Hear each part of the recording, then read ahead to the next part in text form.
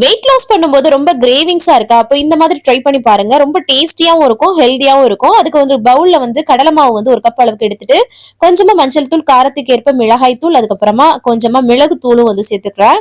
அதுக்கப்புறம் கேரட்ட வந்து துருவி வந்து சேர்த்திருக்கிறேன். அதுக்கப்புறமா பொடியா கட் பண்ண குடமிளகாயும் சேர்த்திருக்கிறேன்.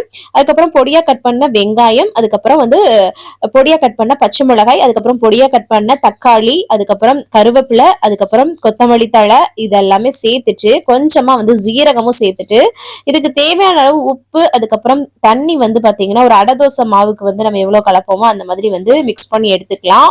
அவ்வளவுதான், சூப்பரா ரெடி ஆயிடுச்சுங்க இன்ஸ்டன்டா. இது அப்படியே வந்து லைட்டா வந்து பேன்ல ஆயில் வந்து கிரீஸ் பண்ணிட்டு இந்த மாதிரி ஊத்தி எடுங்க. அவ்வளவுதாங்க. அதுக்கப்புறம் எண்ணெய்லாம் சேர்க்காதீங்க. 2 சைடும் வேக வச்சு எடுத்தீங்கன்னா சூப்பரான வெஜ் ஆம்லெட் வந்து ரெடி ஆயிடும். செம்ம டேஸ்டியா இருக்கும். ஹை புரோட்டீன் அண்ட் ஃபைபர் நிறைந்ததா இருக்கும். கண்டிப்பா ட்ரை பண்ணி பாருங்க. செம்ம டேஸ்டியா இருக்கும். தேங்க்ஸ் ஃபார் வாட்சிங். பாய்.